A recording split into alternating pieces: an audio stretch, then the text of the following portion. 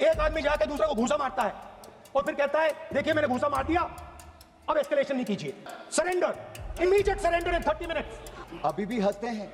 अरे राहुल गांधी जी को सदन में खड़े होकर माफी मांगनी चाहिए, पूरे देश से भारतीय सेना से माफी मांगनी चाहिए। उनके एजेंडे पे केवल भारत का विरोध है, भारतीय सेना का विरोध है और भारत के प्रधानमंत्री का विरोध करना ही लिखा है। दो लोगों के बीच में लड़ाई हो रही है, दो लोगों के बीच में लड़ाई हो रही है, एक आदमी जाके दूसरे को घूंसा मारता है और फिर कहता है देखिए मैंने घूंसा मार दिया, अब एस्केलेशन नहीं कीजिए। मतलब आपने पाकिस्तान को डायरेक्टली अपनी पॉलिटिकल विल बता दी कि आपके पास लड़ने की पॉलिटिकल विल है ही नहीं, कि आप लड़ना ही नहीं चाहते हो। और ये डिफेंस मिनिस्टर ने कहा है कि हमने, डिफेंस मिनिस्टर यहां हाउस में कह रहे कि हमने पाकिस्तान से जाके कहा कि हमने आपको एक झापड़ मारा है मगर हम आपको और झापड़ नहीं मारेंगे।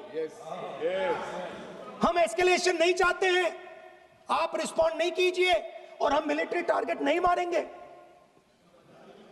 Meaning the government of India informed the government of Pakistan that we have no political will, we don't want to fight, we have done this, we have just done this action. Surrender, immediate surrender in 30 minutes. इसी Congress party ने, अभी भी हंसते हैं। अरे राहुल गांधी जी को सदन में खड़े होकर माफी मांगनी चाहिए, पूरे देश से भारतीय सेना से माफी मांगनी चाहिए। और बाटला हाउस कांड में शहीद होने वाले इंस्पेक्टर मोहनचंद शर्मा को आप श्रद्धांजलि तक नहीं दे पाए, लेकिन आपकी पूर्व राष्ट्रीय अध्यक्ष आतंकवादियों के मरने पे आंसू बहाने वहां चली गई थी। यह कांग्रेस है जो भारतीय सेना के साथ नहीं, उसके खिलाफ हथियार उठाने वाले आतंकवादियों के लिए आंसू बहाती है। देश ने आपका असली चेहरा देखा है। इससे बड़ा पाप और क्या हो सकता है कि आपने भारत को अपमानित और पराजित करने वाले राष्ट्र साबित करने में कोई कसर नहीं छोड़ी। आपने देश की जनता का मनोबल तोड़ने का कार्य किया, कोई कोर कसर आपने बाकी नहीं छोड़ी। और सुनिए मणिकम टैगोर जी, इतिहास नरेंद्र मोदी जी को उनके धैर्य और धीरता के लिए याद रखेगा, उनके धोखे और धूर्तता के लिए धिक्कारेगा, धोखे और धूर्तता के लिए धिक्कारेगा। और मैं आपको बताऊं, जिस नेता की आप अपने की बात करते हैं, 2 बार देश की जनता ने लीडर ऑफ ऑपोजिशन बनने के लायक भी नहीं दिया। एक बार तो अमेठी की जनता ने हरा दिया, और अगर रो धोकर लीडर ऑफ ऑपोजिशन बन भी गए तो मैं कहना चाहता हूं, अब वो एलओपी से,